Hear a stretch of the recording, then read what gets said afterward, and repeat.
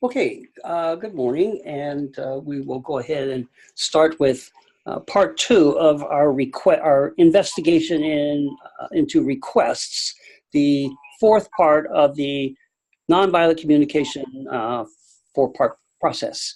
And the last session that we did this, which was a couple of weeks ago, and we discovered how difficult it is to do requests, and some of the challenges, and for some of the folks who were joined us at that time felt that it may be impossible to do this, or there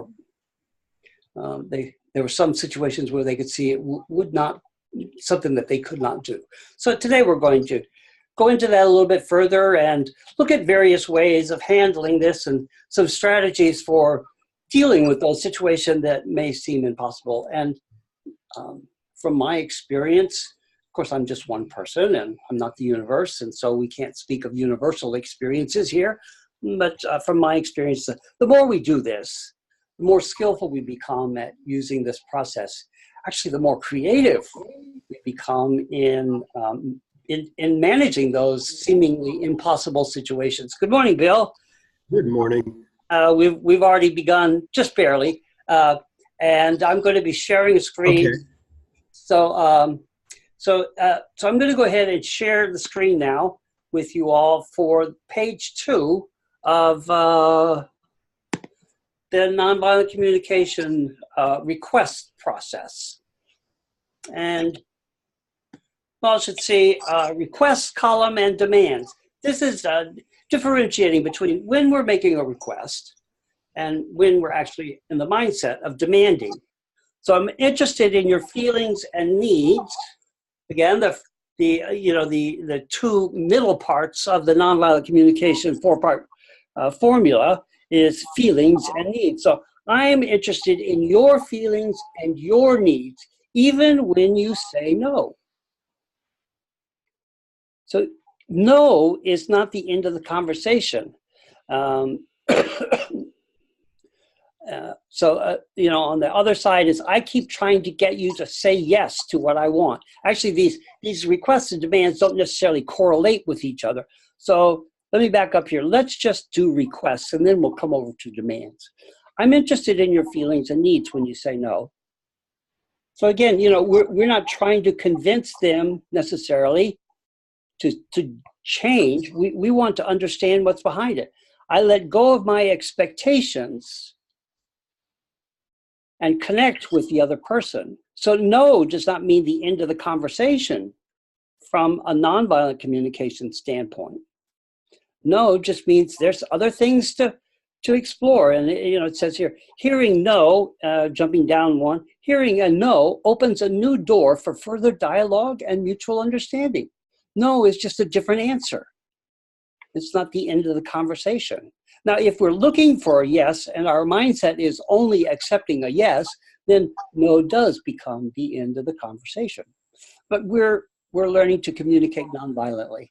So we're not looking for a yes. We're just looking for communication. So I'm open to the bigger picture. There's more there. It's not just my view of things, but there's another person or people involved in this.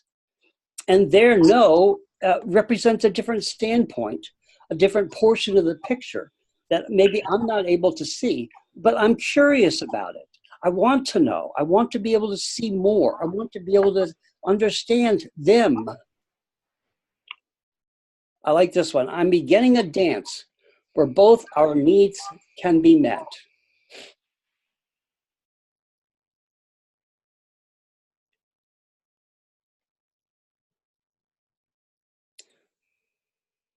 So when you look at that list of requests, what are your initial thoughts on that?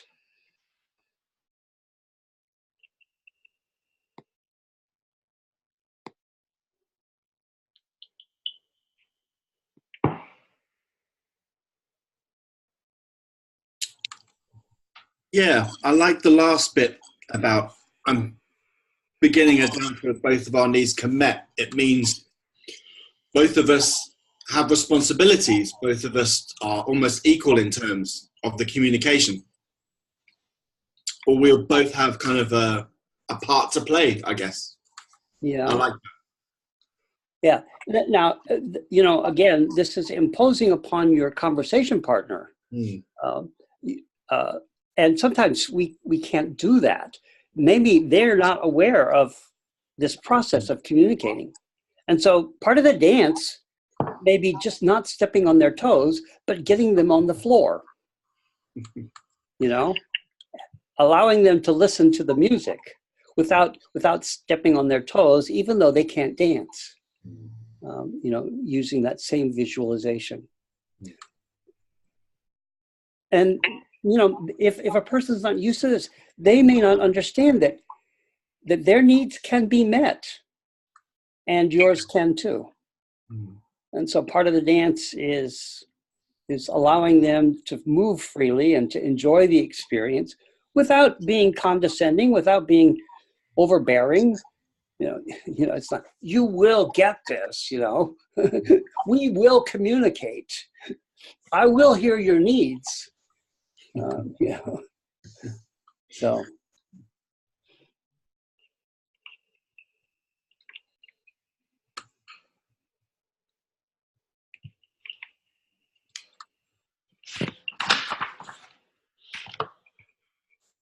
Others?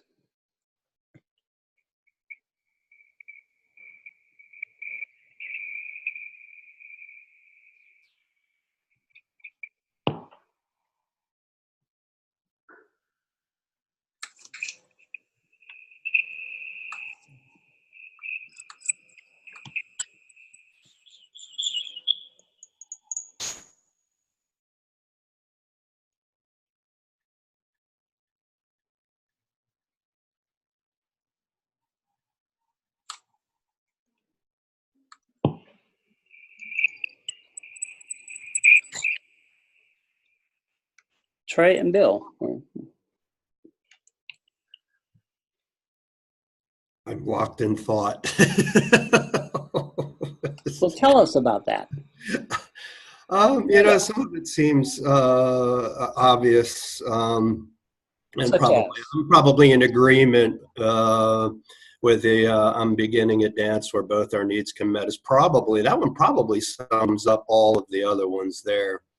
I was trying to process it a little bit differently, but that pretty much, you know, that seems to be a good summation of what's actually being implied by the other requests. Mm-hmm. Okay.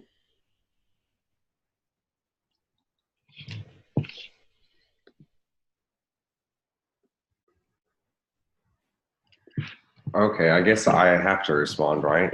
So, yeah, you do.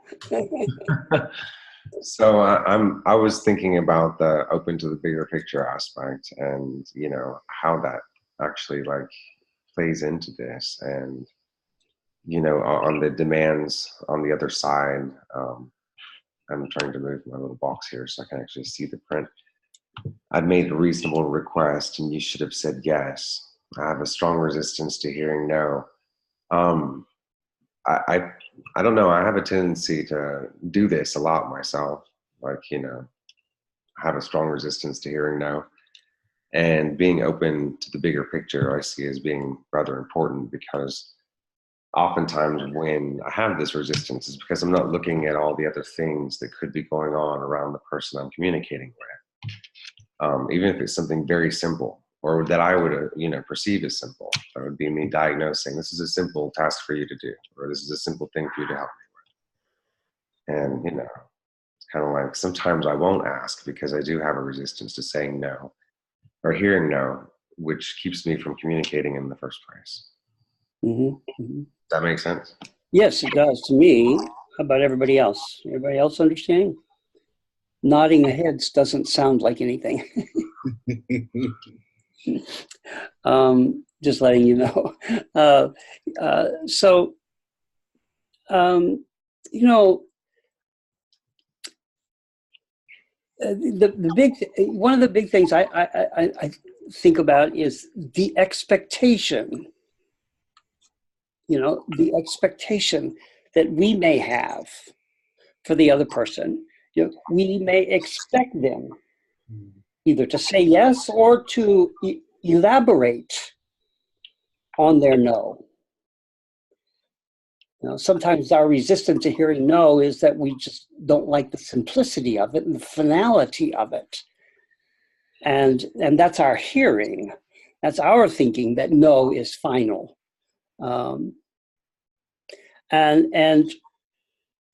If we can change that to where, no doesn't mean the end of the conversation. Now, of course, if we're, I'm also processing this in context of the social phenomena of rape and forced intercourse and forced sex, and where no does mean absolutely no. But then we don't have a legitimate expectation of connection in those situations. It's still a situation of coercion and force that no does not, to some people, mean no.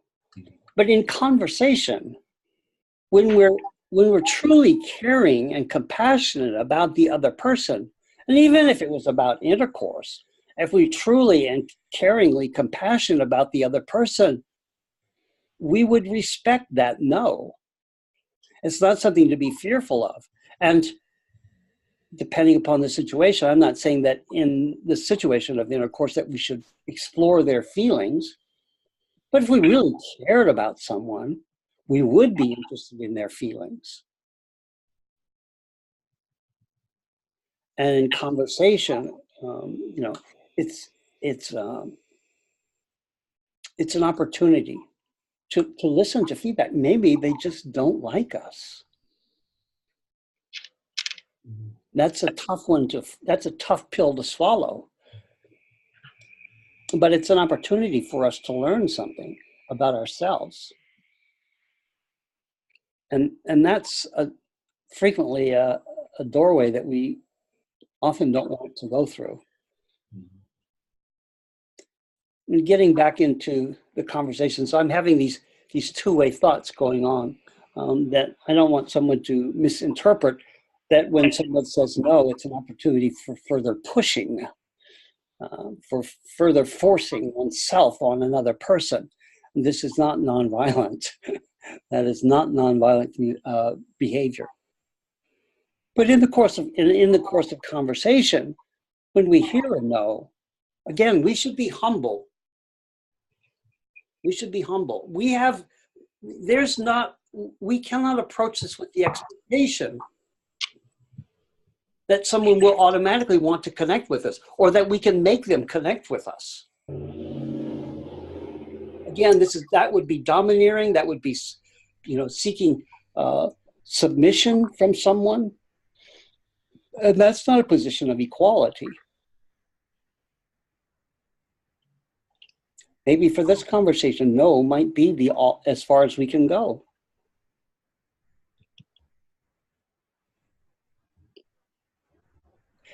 And maybe it might be an opportunity to say, yes, I hear your no. I accept your no. Could you help me understand your feelings and your needs? Not your reasons for the no, but what you're feeling. In other words, you don't have to justify your no. And it's a little bit different conversation than, tell me why. Why are you saying no? Because I don't want to. What are you feeling? I feel afraid. I feel uncertain. I'm not asking you to defend your no. I want to know how you're feeling. I want to know what you need. I need you to leave me alone right now. Okay. I need you to listen to me. Okay. I need you to hear me. Okay. Not, I need you to hear me. Well, you just said no. I want to find out why. That's not hearing somebody.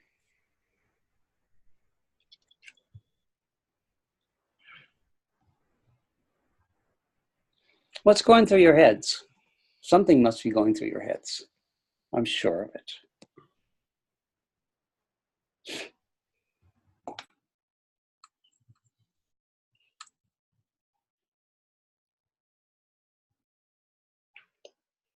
What we're talking about is pretty emotional and pretty powerful. So that's why I want to decompress a little bit. Yes, Davey, I'm sorry. Yeah, I guess it's for me, it's the difficulty of, you can say those things, but it's bringing the other person into the conversation, the dance. That's the difficulty, I guess. Yeah.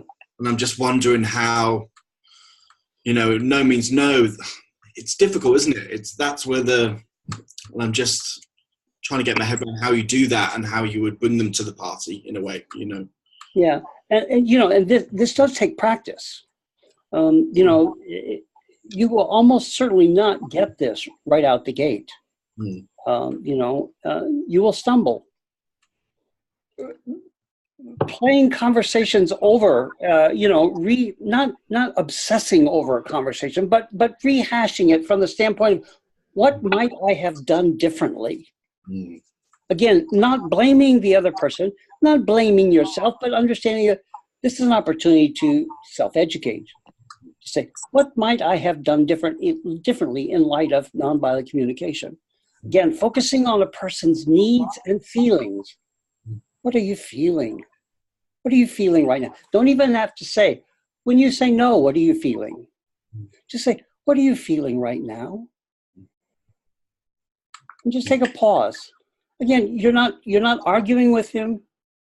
You're not saying they shouldn't feel or they shouldn't say no. You're not arguing that they shouldn't feel a certain way.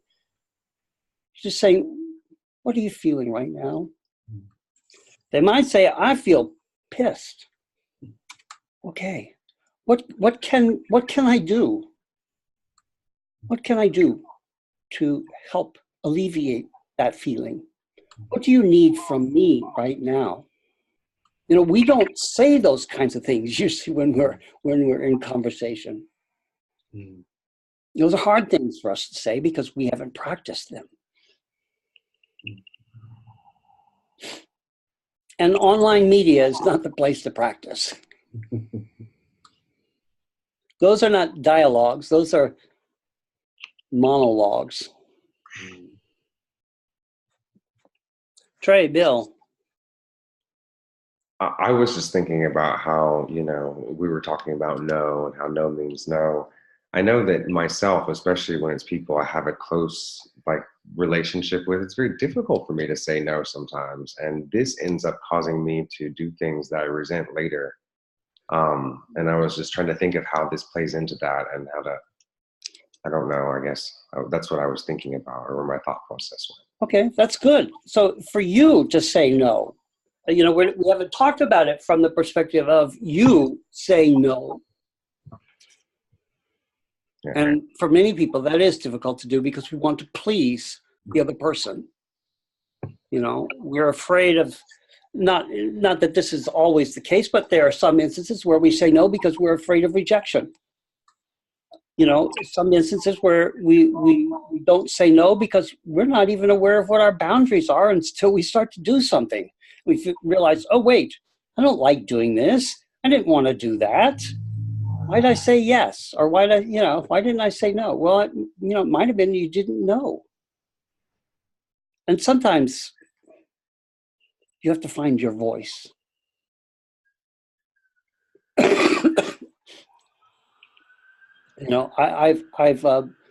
I've become much better at saying no. And sometimes I'll just say, I don't have any energy for that. I just say, I don't have any energy for that, or I don't have time for that, or that doesn't align with my needs right now. It's not quite closing the door. Sometimes it's a soft no. And then I hold firm to it that those aren't my needs. I don't have the energy for it.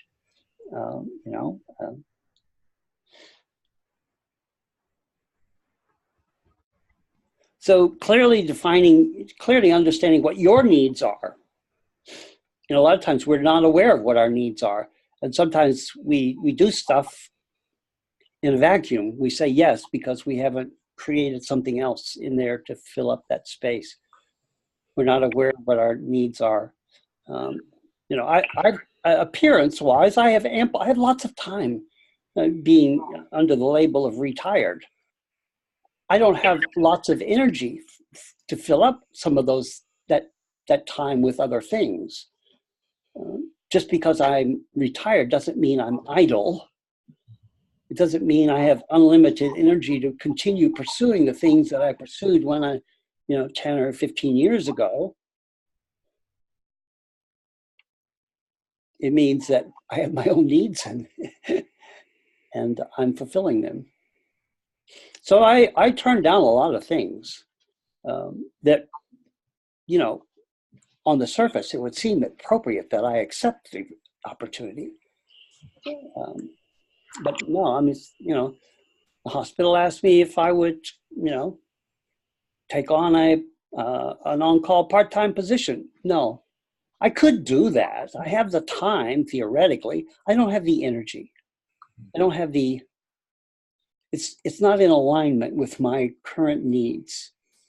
And I don't need to say any more than that to anybody. I mean,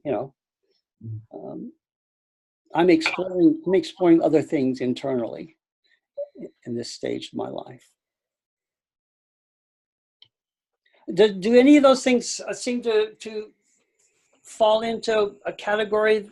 And again, not trying to put yourself in a box there, Trey, but do those sound like some of the ultimate underlying reasons why you might say yes when you really want to say no? Or is there something else? I would agree for the most part. It's more like, for me, I think it is more about like, not wanting to, disappoint or, let down a family member or a close friend.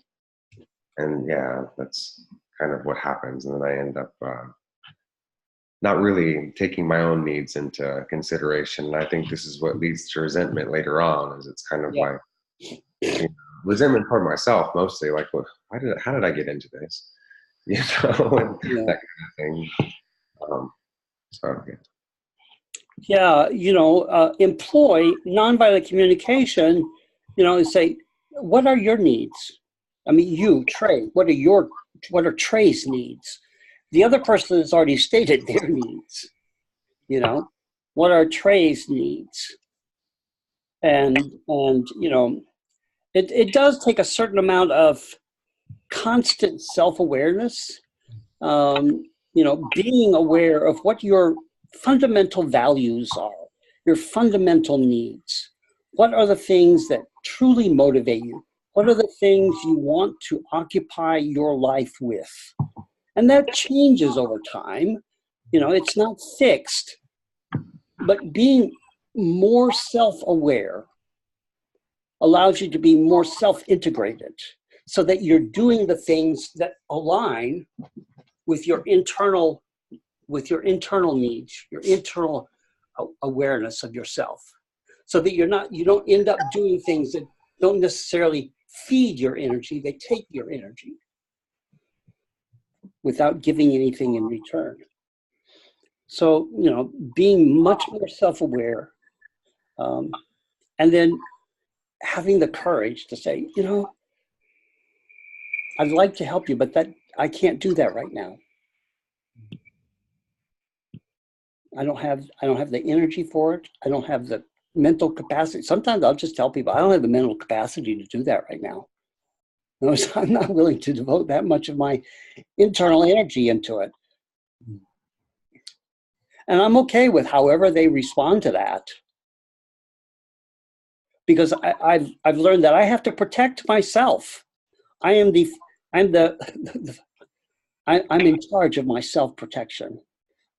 I can't trust anybody else to do that for me. There are people I trust to be aware of it, but it's not their responsibility. But I can't expect other people to read my mind. I can't expect other people to sort out my life for me. And so people ask me things, and if I don't clearly tell them, no, I can't do that. And, you know, it's like some of the people I know, you know, engage in the same process themselves. And so when we say certain words to each other, we know, okay, they're self-aware and they're self-protecting and they have clear boundaries. Some of my neighbors here on the block, I can't say, you know, I have boundaries. I just, you know, it's like my neighbor down the street. He wants me to, you know, it's like, apparently there's a cannabis vape or something. I don't know, you know, the electronic cigarettes or something. And he keeps trying me. He says, you know, this is good for your pain. I said, no, I'm not interested. I can't do it. I don't want to do it. You know, so it's like, no, I have to keep saying no, and I have to be firm about it. No, you know, we're not going to have this conversation because I'm just not going to do it. I said, you can do what you want to do. That's fine. And I will do what I want to do. And that is, I will not do it. I have to be really firm with him about it. He just doesn't want to accept no. He thinks that he has a solution to whatever problem I have. He doesn't have any idea what problem I might have, but he thinks he's got the solution for it. It's like when I ask him to come over and help me with a project, he just takes over and does it his way, in spite of the fact that that's not the way I want it. So I very rarely ask him to come help me out, although he does look in on my dog and he does snowplow. But you know, I have to be very clear about what my boundaries are, and I have to keep telling him no, even after I've told him no 100 times. Well, not 100, but at least 10 or 15. So this is someone who clearly doesn't understand no means no. It's, you know, that's just the way he is. He's not a bad person. I just have to be really firm about myself. I have no need to please him.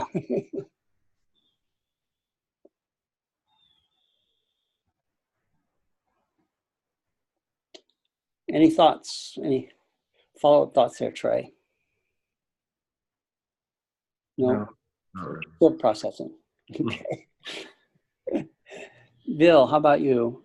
You know, when I was thinking, when I knew I was going to get called on it, there's probably about 4 or 5 subjects that I could bring up right now. So that's probably the nature of shutting down. You know, one of the things with conversation and maybe taking my own personality type into some of these is I have a tendency, if somebody says something, to, just like right now, be very quiet afterwards and process what they're saying. And that does not usually come across very well to other people. Like if you say something, I'm like, and then it goes on, well, what the hell are you thinking about? And I'm just trying to process what they say. You know, that's maybe a loss for words. And I am not the world's most verbal person. I have no issues living alone, which I thought I would when that happened for the first time. And living a freelance lifestyle, you know, if somebody has a request that I can't do, even if I don't want to do it, I can say I'm booked. And that's not necessarily a conversation stopper. It's, people would usually understand that I just can't do something. And one thing that has come up lately is I got a lot of requests for things socially, which I've tried to open up time. I actually have opened up some time so I can do more things socially, and I do say yes a lot more. But I get a lot of requests like a day out, say, hey, a bunch of us are getting together for dinner tomorrow night. And I'm like, I need a little bit more notice, which is what I say, and everything's fine. So it kind of fits the nonviolent communication. On the flip side, that's, you know, one of the things I deal with a lot of friends is, hey, tomorrow we're all getting together. And some of these are people I haven't seen in a little while. And I can't. So, you know. Well, part of, you know, to your thing about, you know, silently processing, I understand that. And I also challenge it. that it can be often easy to become self-absorbed, even in our processing of what's in this situation, what we're hearing. Right. And nonviolent communication is communicating, and that's what I'm encouraging you to do, is communicate. Tell me what you're thinking. What are you feeling? Somebody, this may trigger them. It may upset somebody. I may say something that causes somebody to feel inferior or self-loathing. Those may or may not seem extreme depending upon what your individual personality is, but it is possible. And hopefully I create enough space for someone to say, I'm uncomfortable, or I'm feeling poorly, or I'm confused, or maybe I feel guilty, or any number of other things. This isn't about pounding somebody over the head, you must do this, or you must believe this. It's about hoping that we can begin to shift our thinking about things. That we're not bad people if we say no to something. Even if it sounds like it's a really noble idea, saying no is not a crime. We shouldn't feel intimidated that we must say yes to every little thing that comes along. We're not bad people if we say no.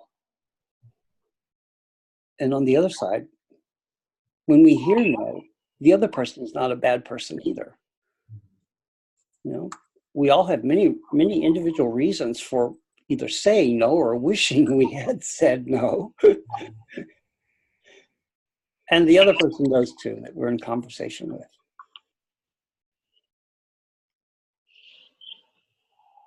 So, actually, when you said with the saying no, a lot of the times I will say yes, even if I don't necessarily want to. If I can't find a valid reason to say no, it's particularly with like a request with a family member or a grandchild or stepchild or anything like that. If they have a request and I don't really have a good enough reason to say no, yes comes out, even if I don't want to. I'm sure sometimes not wanting to do something is a valid reason, but yeah, it is.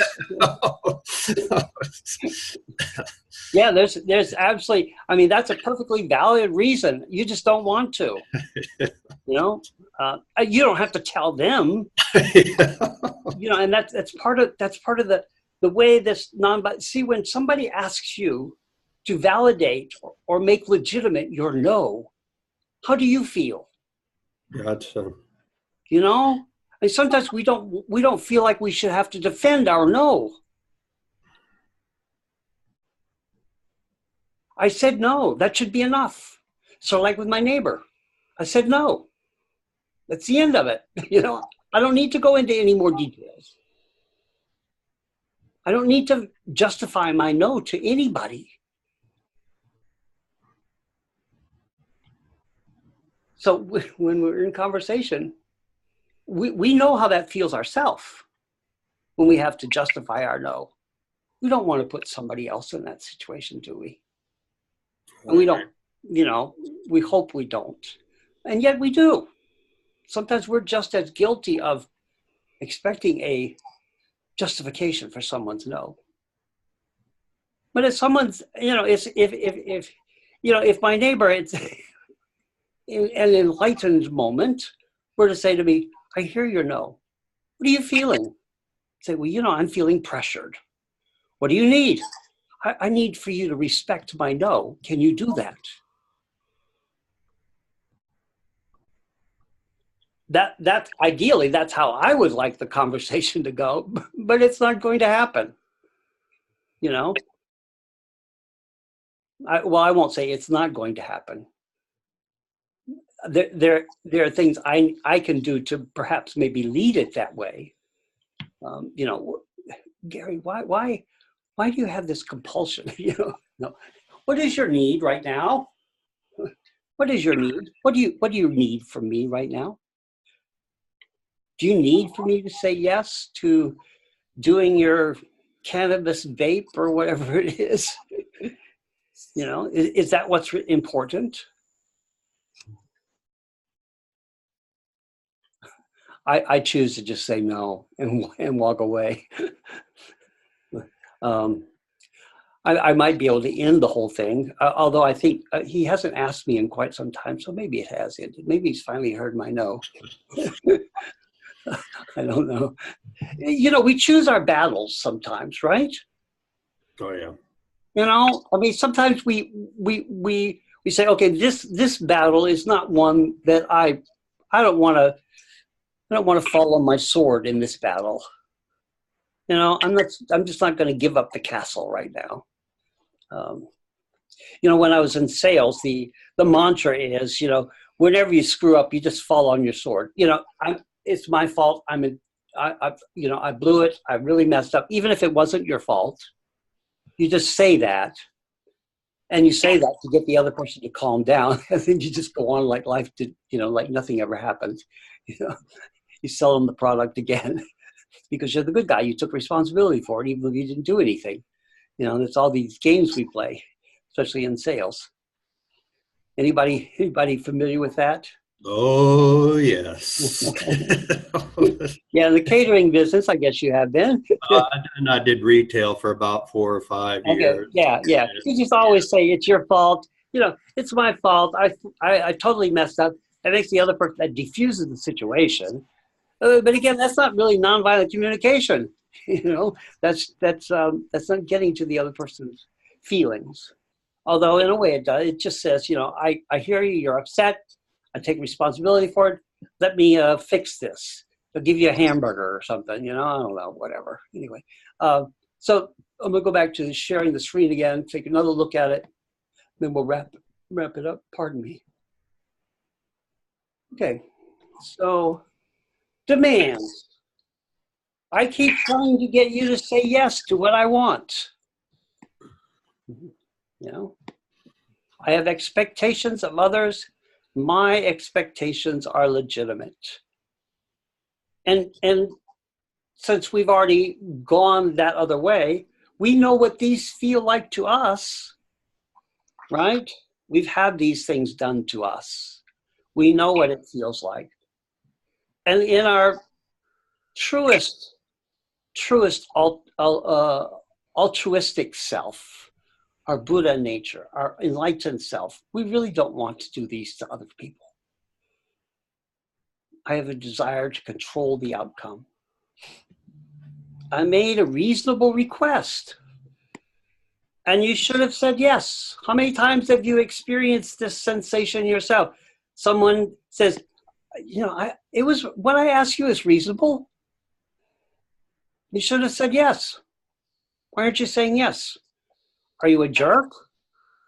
Now, what kind of low life are you for not agreeing to whatever it is? I mean, these are some of the unsaid, unspoken words that we feel like the other person is imposing upon us, that a judgment about our character or our moral worth because we said no to some thing, you know. Will you feed the homeless? You know, it's sort of like, okay, I get that President Trump doesn't necessarily do well with people, you know, making people feel good. The fact that he doesn't serve turkey on Thanksgiving at a homeless shelter, there might be reasons for that.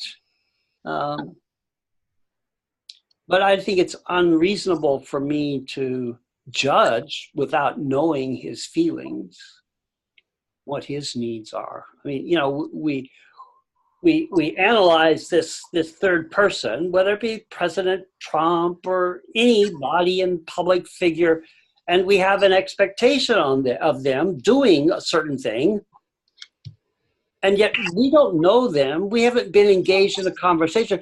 We are placing our expectations on them. You know, being a public figure is a pretty heavy burden. And some people wear it better than others. Some people are gracious about it. Some people never miss a step. Some people stumble all the time. Some people aren't fit or cut out to be the role that they're in. And I'm guilty of, it's like as a veteran, looking at other presidents visiting vets, as they're doing service to the country, and then looking at the current president and my disappointment in his behavior. So I have a demand. I'm placing a demand on him, one for which he cannot respond or has chosen not to respond. I'm in conflict about that. I am human, and I'm sharing that with you to let you know what I go through. That I'm not an honor roll student in the nonviolent communication business. I'm trying, just like we all hopefully are trying to get better, trying to do a better job. And so I try to refrain from expressing my disappointments in our current president's behavior. It's frustrating, it's hard. He does a pretty good job of making it hard for me to reframe. I'm being perfectly open and honest about my political inclinations right now. And, it's like you either like it or you don't. And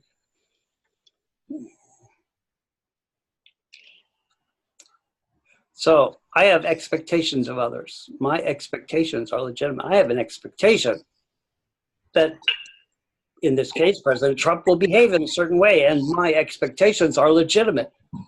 Didn't you hear me justify that? I'm a vet, and so I have an expectation that he visit vets. You see how I did that? I justified my expectation. So that means it's valid. I'm right, and he's wrong. You see? And that's a demand. That's a demand. I keep insisting on my way. I'm stuck in only one strategy, mine, belligerence, being right. That's politics. But politics isn't about communicating. Hopefully we haven't deceived ourselves into that.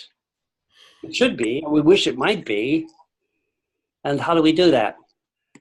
Sometimes the way that we get this all to work is by doing it ourselves.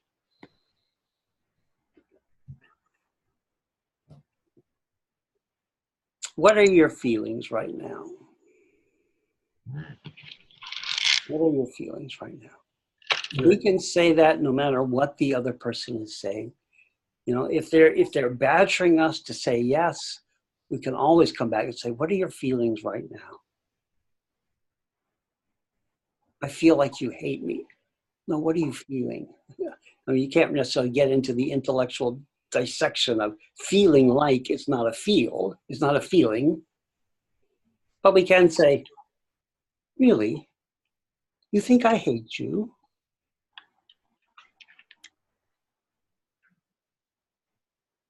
What are you basing that feeling on? No, I'm going to make you justify that feeling. No, okay. I hear that. What can I do to alleviate that feeling? In other words, we're inviting them to dance. And we're doing it, hopefully, with the intention of really communicating. Really communicating. Not just convincing them that we're right, but engaging in a conversation.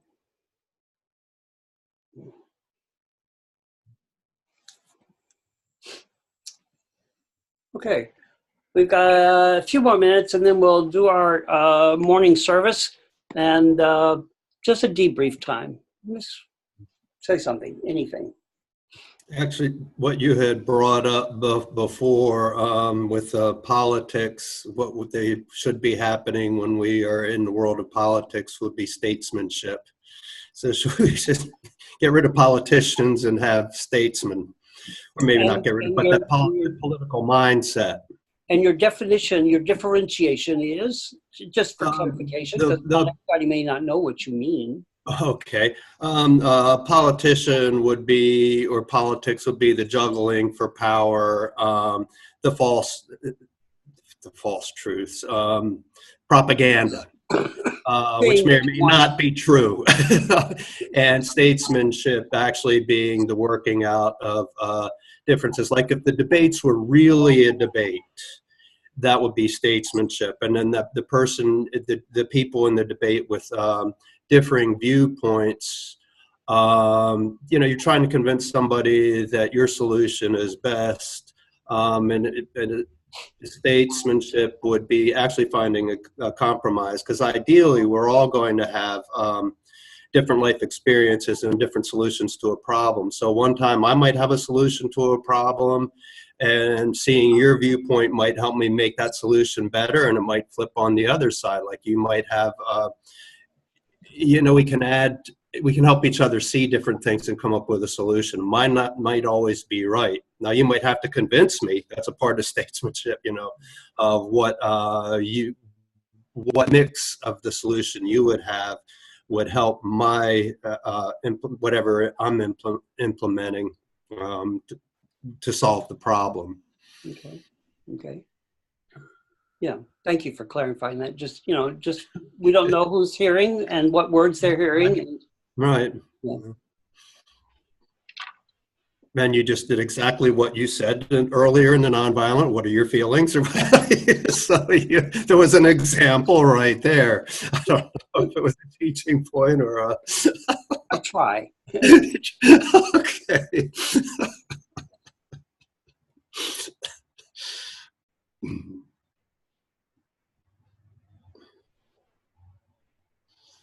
I was thinking about we're all kind of Buddhists, and compassion is something we all like to do, and the whole putting other people's expectations before your own, and kind of saying yes when you mean no, and no when you mean yes, at the cost of yourself, I guess, is not having, but being compassionate at the cost of yourself, but being compassionate to others. Does that make sense? It's difficult to know sometimes. Does that make sense? Well, I think, but I'm not sure, and others may have a question as well. So let me rephrase to just see if I heard what you were saying correctly, and that was that as a Buddhist, our objective is compassion. That's one of our objectives, is compassion, and of course, compassion works two ways, both for self and others. But sometimes our desire or our goal of compassion for others is incompassionate to ourselves. Yes, exactly. And so by being compassionate to others, sometimes we subsume or we put into submission our own needs. Exactly. Yeah. And in terms of the communication, it's putting, I guess, other people's expectations or needs before our own. You see what I mean? It's difficult to know sometimes in situations. Do you put yours first or theirs first, or a combination? It's difficult to know, I guess. But it's. Do you think it has to be an either or? Yeah. Can it not be a both and? Exactly. Yeah, probably not in reflection. It can be a bit of both, or yeah. Especially if we're more self-aware. Yeah. If we're not clear of our boundaries, and Buddhism is compassion, but that compassion also is for ourselves. Yeah. Knowing who we are, what we're capable of, and that capability changes over time. We may be really hurt. We may be injured emotionally, spiritually. I mean, people come to, I had some, when I first came back from Japan after my ordination, a particular individual in SGI in high capacity flew to Charlotte from Washington and wanted to meet with me and wanted to make sure that I wasn't going to go after SGI members. And I was saying this out here in the public, and who knows who's going to be listening to it. And I said, there's too much deprogramming involved. And that was pretty cruel to me to say that. But indeed, many people come from various religions, not everybody from SGI, but from various religions. I've had Catholics, non-denominational, evangelical. People come from religions damaged sometimes. Not everyone, but it does happen that people are damaged in religion. I may have damaged people inadvertently, and it's not always maliciously or intentionally. People just react differently. And so sometimes we need to heal. And we're more vulnerable. And as that healing hopefully progresses and we begin to heal our wounds and become less vulnerable, then our boundaries and our self-awareness can grow stronger. Our boundaries can expand, perhaps. And so we change. But in all cases, we have to be kind and gentle to ourselves and know who we are. So protect. Know yourself. That's why I really encourage this reflection, discernment. I talk about that more than I talk about caring and compassion for other people. If you don't know who you are, it's really difficult to help other people. I'm sorry, I'm not rebutting you. I'm trying to honor that challenge of compassion for others and not subsuming or not repressing our own needs. Sure. We can just give until we're all given out. Yeah. And that's not what Buddhism is about.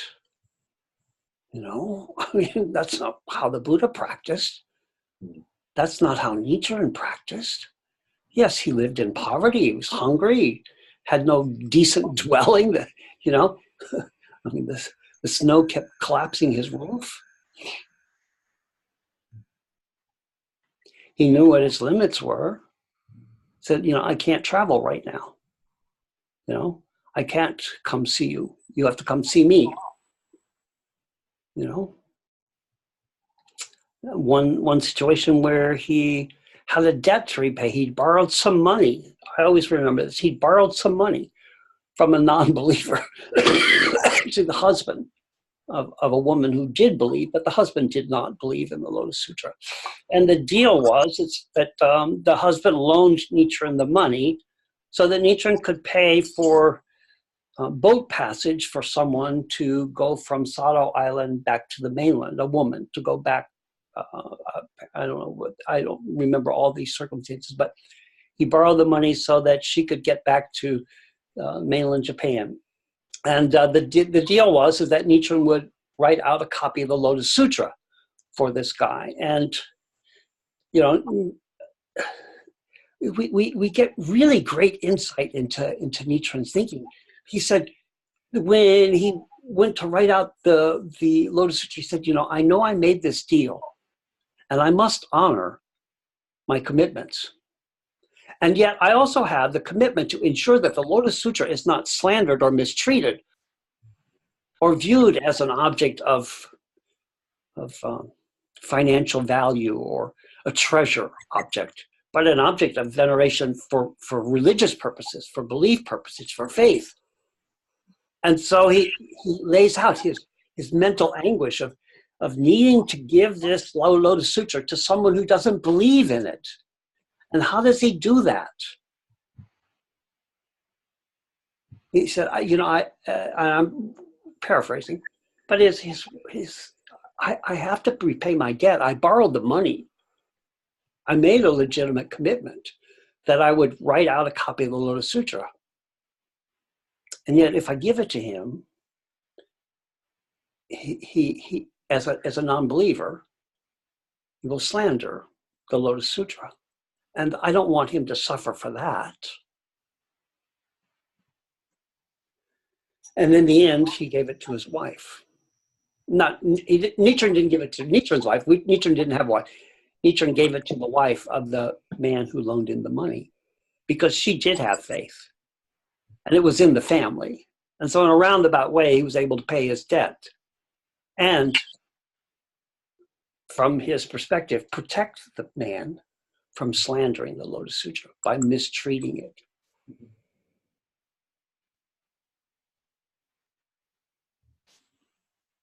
I think that's a wonderful example of self-reflection, of looking at what we have committed to do, what we believe, what is our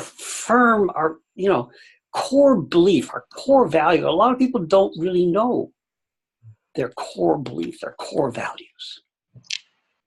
And Buddhism is about understanding that. If we don't know ourselves, I'm reading this book, this series of young adult fiction, and the teachers are always telling the students, know yourself. When you know yourself, you'll know your power, because they have these superpowers. But they can't really understand their superpowers until they know themselves. And we're like that too. We have superpowers too. And we'll never know them until we know ourselves. All right, Trey, you're last. And I'm actually calling on you here. Oh, yeah, I was just thinking about when you had mentioned how we wouldn't want to put someone else, this is going back to some notes I had taken, but we wouldn't want to put someone else in the situation that we wouldn't want to be in about having to justify a no. And I was thinking about how empathy is a really big part in all of this. Trying to put yourself in the position of the other person as well and evaluate, how you might feel if you were being approached this way. And that can be very difficult to do in the moment. But like, as you said, over time, if you practice, eventually it might become like second nature. Kind of like driving or operating anything, second nature eventually. You're kind of like doing it without realizing you're doing it. So I was just noticing that a lot of this requires a fair amount of empathy. Yeah, I mean, you really have to kind of think about how you would feel before you, engage in some of this. And I found that to be important myself. I highlighted it in my notes. Yeah. And be kind to yourself. Yes. Have compassion for yourself. Be aware of your vulnerabilities, your sore spots. And when you hit them, just say, okay, I can't go any further right now.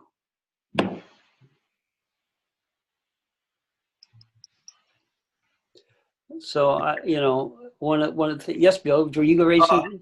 Actually, what I was going to ask, because I don't know why Trey's train of thought brought this on for myself, but one of the things when you said damaged and coming to a religion is the inner voice is absolutely, my inner voice in particular, is dreadful. Okay, we'll put that in no uncertain terms.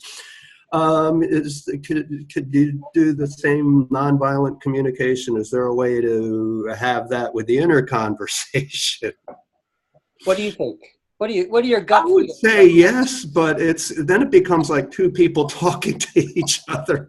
Do you not do that already? It's when the third one gets involved that I have issues. Yeah. But that's what Trey's line of thought just put me into that. So I don't. Trey, what are your thoughts? What are your thoughts on that? I guess I would have to say that I personally have inner dialogue all day long. It's something that's always going on. But most of the time, I'm aware, but I'm not aware enough. I guess it's happening, but it's kind of happening in the background, kind of like soundtrack music or something. So I'm operating kind of on autopilot, and there's this in the background, and then, I have to tune into it and like really listen to it. And sometimes that's difficult to do on demand. Yeah. It's easy to do when you're having a peaceful moment and you're sitting there, and there's nothing happening. you know. And when you're in the middle of a bunch of stuff, it's kind of like, whoa, Yeah. Yeah, sometimes you realize, oh, wow, I've been having this conversation and it's been going on for an hour. Well, you don't maybe know the time, but you just like pop in and say, oh, I'm talking to somebody. I'm talking to myself. Yeah, I've been kind of like the third person that Bill was talking about. You just drop in and you're in the middle of a conversation with somebody. Yes. And Davey, thoughts? No, exactly the same. I constantly kind of, you know, talk to myself about things and judge my guests and judge and kind of, constantly throughout the day, you know. And exactly, sometimes you don't even realize you're doing it, but you're doing it. I have constant kind of battles and conversations with myself. Yeah. Don't beat yourself up. Don't beat yourself up. Ask what your feelings are. When you start to beat yourself up, ask whoever's doing the beating, what are your feelings right now? What do you need? You know, see if that does anything different.